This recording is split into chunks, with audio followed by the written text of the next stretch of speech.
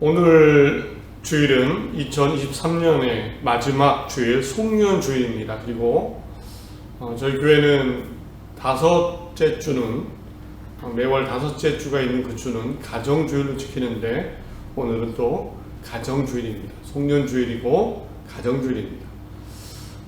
가정은 사람이 살아가는데 가장 알맞은 제도입니다. 하나님이 만드셨기 때문이죠. 오늘 가정주일에 가정을 중심으로 함께 말씀을 나누겠습니다.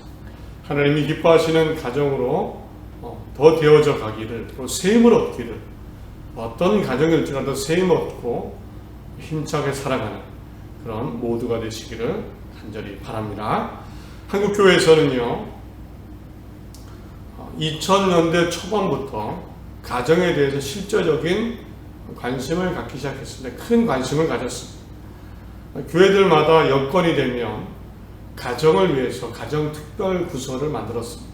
가정사역부 이런 부서를 만들어서 활발하게 활동을 했습니다. 가정 세미나를 하고 어머니 학교, 아버지 학교, 결혼 예비학교, 신혼부부 학교 많은 가정 관련 프로그램들을 교회 안에서 진행을 했습니다. 그리고 책도 많이 나왔죠. 가정사역을 위한 가정에 관한 책들이 많이 출판이 되었습니다. 이런 가정에 관심을 가졌던 이유 중 하나는 그때는 가정이 위기였기 때문입니다.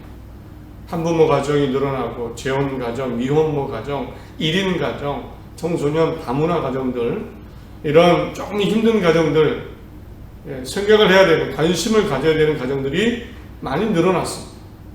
교회도 함께하자는 마음, 돕고자 하는 마음으로 이런 가정을 위한 사역들을 시작했습니다. 그리고 2023년입니다. 20년 이상이 흘렀습니다. 지금 교회는 가정에 대해서 어떤 자세를 취하고 있습니까? 상황을 보면 20년 전보다 관심이 많이 줄었습니다. 더 이상 가정사역이라는 말을 잘 쓰지 않습니다. 가정이라는 말조차도 5월 가정의 달을 제외하면 많이 언급하지 않죠. 게다가 코로나라는 시기, 엄청난 시기를 경험했습니다. 교회의 상황이 급변했습니다. 많이 바뀌었습니다. 많이 바뀐 정도가 아니라 완전히 바뀌었습니다. 그래서 가정에 대한 관심보다는 이런 말들이 있습니다. 코로나 이후에 엔더믹 목회다, 온라인 목회, 교회 블렌딩, 콘텐츠 목회 이런 어떻게 목회하고 어떻게 사실은 교회가 살아남을까 이런 것에 대한 관심이 더 커진 상황입니다. 그러다 보니 가정에 대한 관심은 반면 실제로 많이 줄었습니다. 저희 교회도 교회 블로그도 만들고 교회 밴드도 활용을 하고요. 카톡을 통해서 호통을 하기도 하고 저도 이렇게 영상을 만들어서 올립니다. 이런 다양한 관심사들이 늘어났는데 거기에 가정은 사실 관심이 많이 줄었습니다. 그런데 이런 물음을 던져야 됩니다. 그러면 사람들의 정말 중요한 관심, 중요한 관심사 가정이 아니라 다른 것이 되었나? 또는 이제는 20년 전과는 다르게 가정이 위기에서 벗어났는가? 생각해 볼 수 있습니다. 그런데 최근 통계를 보면 그렇습니다. 가정은 또 다른 위기를 맞고 있습니다. 어려움이 여전히 많습니다. 2021년 통계를 보면 우리나라 1인 가구 비율이 31.7%였습니다. 10개 가정이 있으면 3개 가정이 1인 가정입니다. 2050년이 되면 거의 40%가 1인 가정이 된다고 합니다. 1인 가정이 늘었다고 가정에 문제 있는 건 아니죠. 그런데 전문가들은 이렇게 판단합니다. 정상적이지 않다. 미혼 청년들이 늘어나고 1인 노인 고령층이 늘어나고 있다. 결혼이 줄어들면서 결국에는 출산율이 떨어졌고요. 2023년에는 출산율이 0.88%. 우리 아래로는 홍콩이 있다고 하는데 올 연말에 조사를 하면 아마 한국이 출산율이 최저라는 그런 이야기를 합니다. 여전히 20년 전이나 지금이나 가정은 각자의 위기에 어려움이 있습니다. 당연히 우리는 관심을 가져야 됩니다. 저희 교회는 1년에 한 4-5번은 가정주의를 지킵니다. 최소. 별 효과도 없는 것 같죠. 그러나 가장 중요한 이유는 가정에 대해서 관심을 가져야 됩니다. 가정에 대해서 우리 스스로가 내가 관심을 가져야 됩니다. 또한 나뿐만 아니라 다른 사람의 가정도 생각하고 기도해주고 격려하고 힘을 주고 함께 가야 됩니다. 이런 의미에서 가정주의를 지킵니다. 무엇보다 우리 스스로가 가정에 대한 관심을 갖죠. 이런 마음으로 오늘 가정주의를 지킵니다. 오늘 제목이 복을 받을 것입니다. 복받는 가정입니다. 과연 복받는 가정, 우리 가정에 대한 관심으로 하나님이 우리에게 주시는 말씀, 모든 가정에게 주시는 말씀, 우리가 기억해야 되는 말씀, 오늘 3가지로 함께 나누겠습니다. 첫째는요, 우리 모두는 가정이 있습니다. 1인 가정이든 몇 명이 되었든 다 가정입니다. 우리 가정, 첫 번째로 하나님이 소중히 여기시는 가정입니다. 이 마음을 꼭 잊지 마시거나 꼭 기억해야 됩니다. 우리 가정이 어떤 모습일지라도, 내가 어떤 상황에 있어, 어떤 일을 경험하고 있을지라도, 혹 작고 미약하더라도 우리 가정 중요하다. 나라는, 우리라는 가정 중요하다. 이 마음은 꼭 가져야 됩니다. 예수님이 많은 가정들, 많은 사람들을 만나셨는데 가장 힘없는 가정, 나사로, 마르다, 마리아 가정을 매우 사랑하셨습니다. 똑같이 소중하기 때문입니다. 하나님도 마찬가지입니다. 구약 성경에 거의 함께 나오는 단어가 있습니다. 객과 고아와 과부라는 표현입니다. 특히나 고아와 과부는 개역개정 성경을 보면 성경에 32군데나 똑같이 쌍을 이루고 나옵니다. 같이 나옵니다.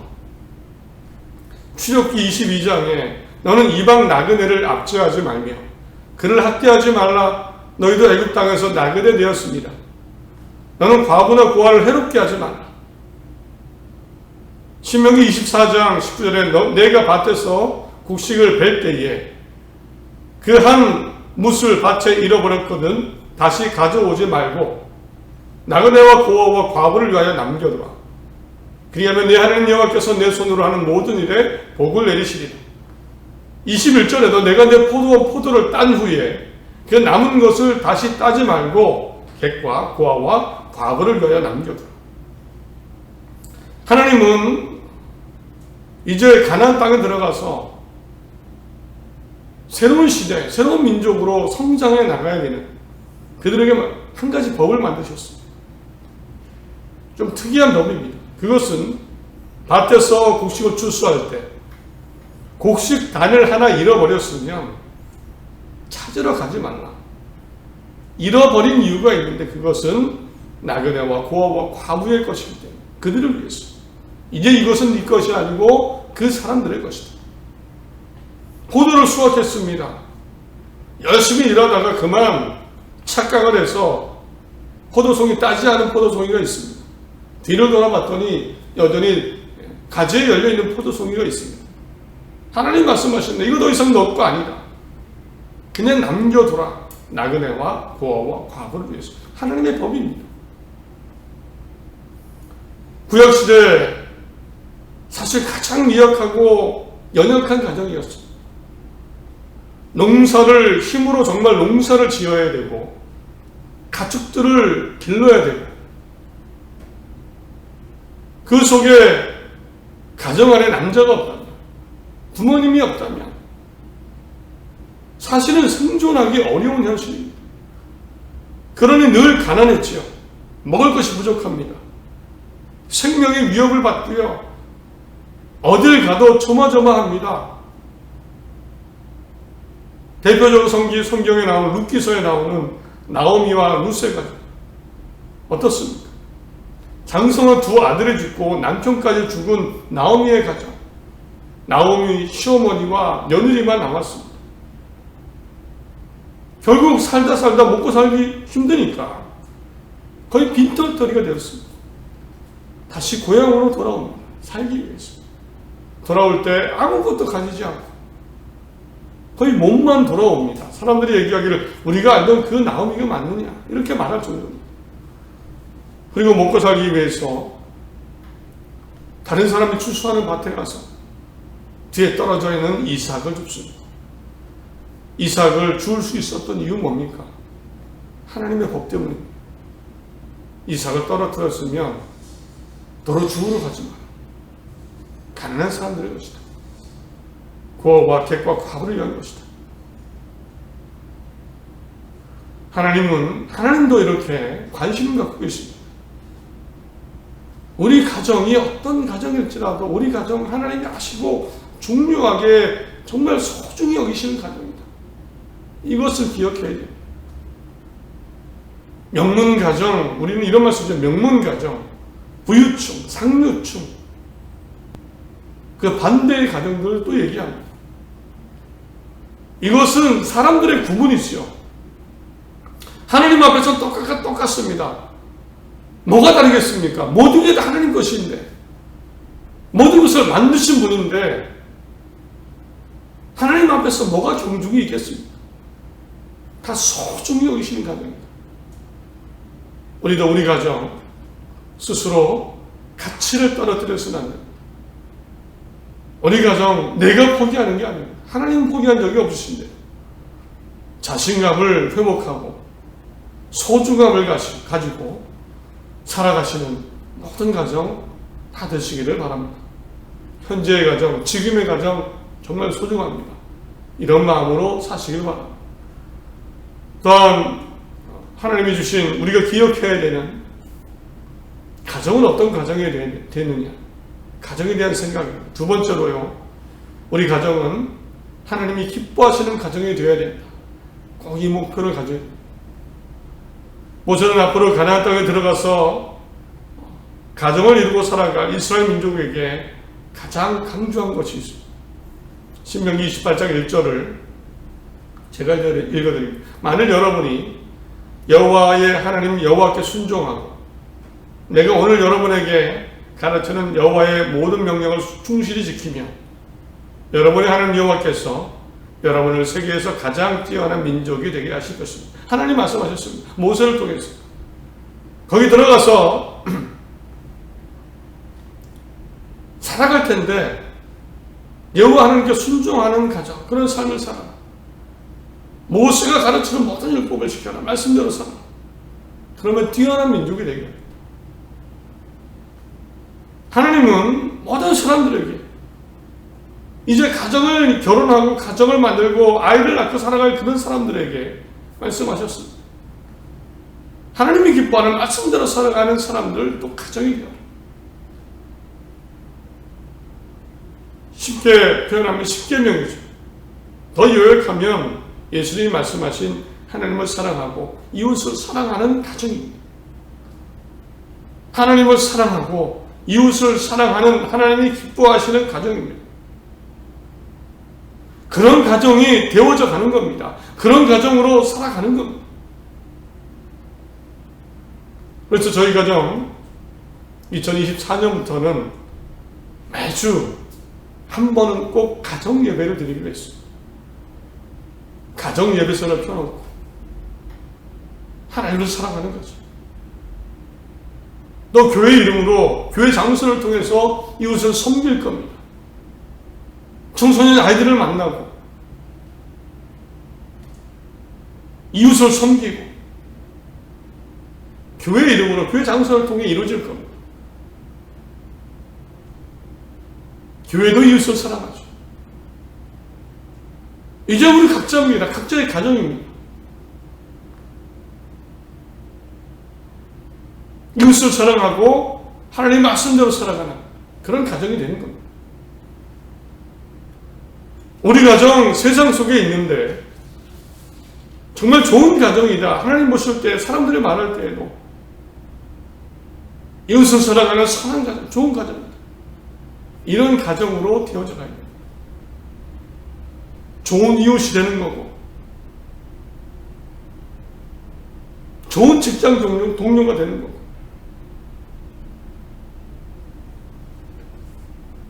꼭 기억하시기 바랍니다. 우리 가정, 하나님이 기뻐하시는 가정이 되어야 됩니다.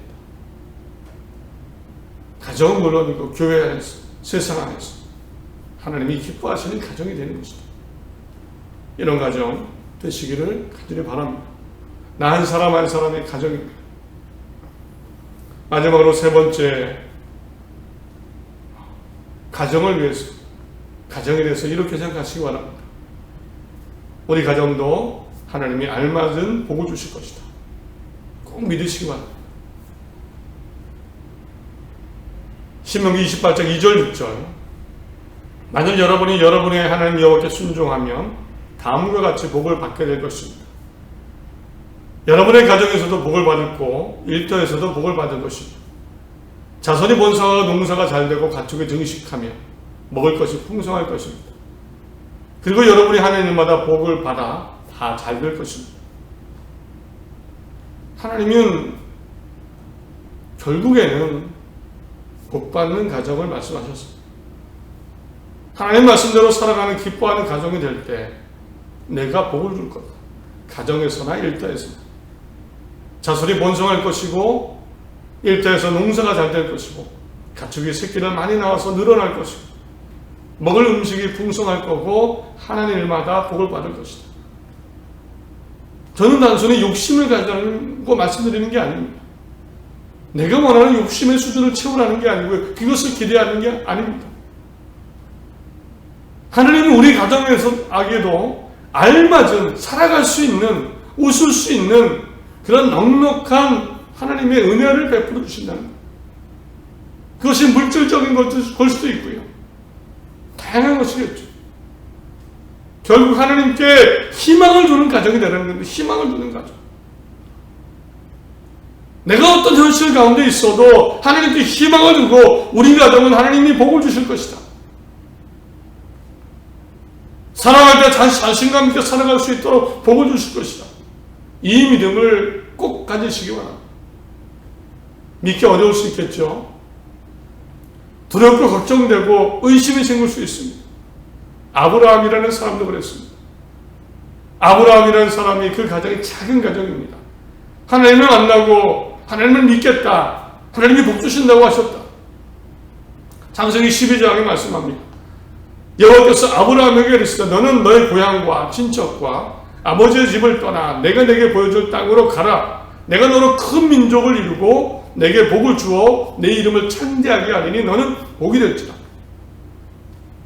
창대하게 하리니 너는 복이 될 거다. 큰 민족이 되게 할 거다.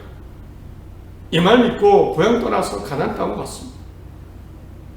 그런데 기다려도 아들 하나 태어나지 않습니다. 실망되고 의심이 되겠죠. 더군다나 여러 가지 문제를 만났습니다. 막 전쟁에 휘말리고 하루아침에 가정이 무너지는 것들을 보게 됩니다. 겁이 납니다. 의심이 생깁니다. 이때 창세기 15장입니다. 하나님이 아브라함에게 환상 가운데 나타나셨습니다. 아브라함의 마음이 얼마나 두렵고 의심이 많이 그렇게 되어졌는지 하나님이 나타나신 겁니다. 아브라함은 하나님이 꿈에 환상 중에 나타나시자마자 아주 그냥 이야기를 하기 시작합니다. 하나님, 지금 아들 하나도 없고 아무것도 된 것이 없습니다. 도대체 복받고 창대하게 해주신다는데 도대체 이게 가능합니까? 우리 집에 상속자 하나도 없어서 우리 집안의 종이 나의 상속자가 될 겁니다. 우리 집안은 여기서 끝입니다. 그러자 이때 하나님이 하신 게 있습니다. 의심하고 우리 가정 잘 될 거야 두려워하고 의심하는 아브라함에게 보여주신 것이 있습니다. 밖으로 데리고 나가셔서 하늘을 보게 하시고 별물입니다. 그냥 너무 많아서 셀 수 없는 하늘의 묵별을 보여주셨습니다. 그를 이끌고 밖으로 나가 이르시되 하늘을 우러러 무뼈를 셀 수 있나 보라. 또 그에게 이르시되 내 자손이 이와 같으니라. 하늘을 보게 하셨습니다. 사실 하늘이 아니고 우주지요. 아브라함은 몰랐을 수 있는데 아브라함이 쳐다본 것은 우주입니다. 그 우주 속에 무별, 별무리를 한번 세봐. 당연히 셀 수가 없죠. 지금도 불가능합니다. 우주 관련 유튜브 영상을 보면 이 우주가 얼마나 큰지요. 빛의 속도로 가도 안 됩니다. 빛의 속도로 가도 끝에 갈 수가 없어요. 왜? 빛보다 크게 지금 우주가 커지고 있어요. 우주의 크기를 인간이 관측할 수 있는 우주의 크기가 빛의 속도로 930억 광년. 930억 광년. 빛의 속도로 930억 년을 가야, 광년을 가야 우리가 관측할 수 있는 그나마 관측하지 못하는 크기는 모릅니다. 그 정도로 우주가 크고요. 그 속에 별이 얼마나 많겠습니까? 하나님은 사실 아브라함에게 우주를 보여주시고 셀 수 있나 봐라. 아브라함은 그게 우주인지도 몰랐겠죠. 아브라함은 어떻게 했습니까? 성경을 보니까 믿었습니다. 6절을 보니까 믿으니 의로 여기시고. 우리 믿기 힘들 겁니다. 우리 가정 잘 될 거다. 살아가게 될 거다. 하나님 안에 살아갈 때 일어나고 더 많이 일어나고 승리할 거다. 우리는 믿지 못할 겁니다. 어쩌면. 그러나 우주를 믿는다면 그 우주를 만드신 아브라함에게 우주를 보여주신 그 하나님,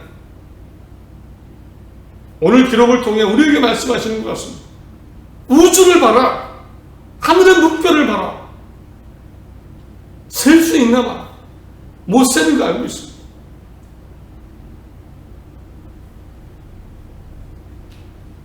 하나님 말씀하십니다. 내게 복을 줄 것이다. 하나님을 받아 복을 다 받게 될 것이다. 가정의 복을 받을 것이다.